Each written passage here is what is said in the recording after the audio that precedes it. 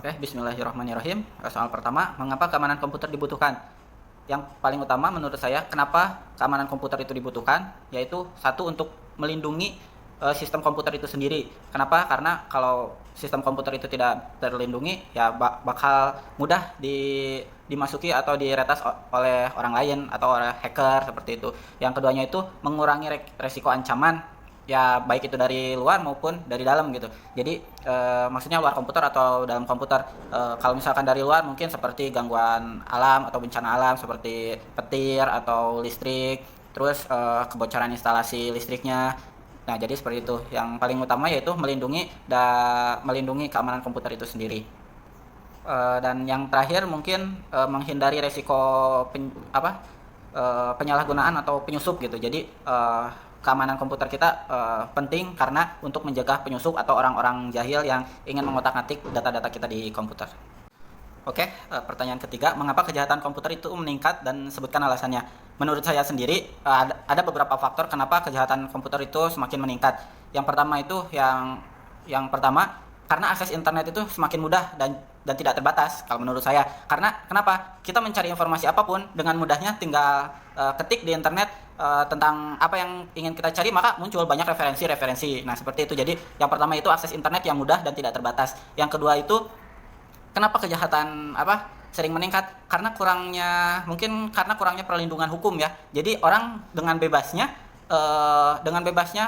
mengotak-atik atau mencari informasi tentang teknologi, tentang apapun itu dengan bebas gitu di internet, karena internetnya tidak terbatas. Terus payung hukumnya juga masih kurang gitu. Jadi orang merasa bebas berada di internet, mencari apapun itu bebas. Nah, selain itu pula biasanya kejahatan komputer ini biasanya disalahgunakan oleh orang yang notabene mereka punya kemampuan tetapi mereka punya keterbatasan di hal ekonomi. Jadi mereka banyak menipu orang dengan menggunakan situs internet atau menggunakan aplikasi-aplikasi internet ya seperti itu. Jadi biasanya dia punya kemampuan di bidang teknologi tetapi dia menyalahgunakannya. Biasanya seperti itu. Dan yang terakhir mungkin dari saya, kenapa kejahatan komputer meningkat? Mungkin karena sekarang teknologi semakin maju, perkembangan zaman semakin pesat. Jadi orang itu banyak yang mencari tahu atau banyak yang istilahnya kepo lah tentang masalah-masalah terbaru yang sedang berkembang ini. Jadi kejahatan komputer itu bisa terjadi hal sepele seperti kita mencari informasi tentang hal misalkan suatu perusahaan, kita cari tahu informasinya sampai detail sampai kita bisa masuk ke situs perusahaan itu juga termasuk kejahatan gitu. Jadi bisa dibilang orang kepo juga bisa menjadi orang jahat kalau berhubungan dengan kejahatan komputer ini. Oke, nomor 8, sebutkan dasar-dasar penggunaan komputer. Menurut saya penggunaan komputer itu ada beberapa step ya, yaitu yang pertama harus mengenal komponen-komponen komputer itu terlebih dahulu, dari mulai sifatnya, terus kegunaannya, terus emang fungsinya seperti apa gitu.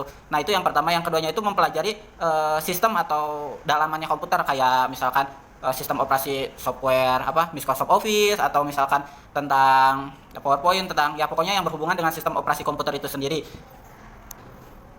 Nah, kenapa yang pertama itu kita harus mengetahui komponen-komponen komputer? Karena hal yang paling utama itu komponennya, hardware-nya. Kita nggak mungkin tahu kalau tahu dalaman komputer kalau misalkan luarnya kita nggak tahu gitu. Kayak semisal mouse, keyboard, monitor, CPU, scanner dan yang lainnya gitu, masih banyak.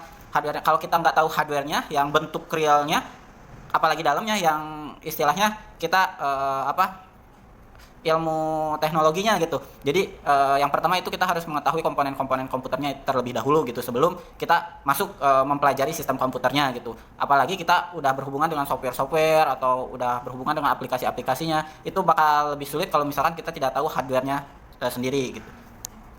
Oke, soal ke-9, sebutkan undang-undang yang mengatur tentang informasi dan transaksi elektronik.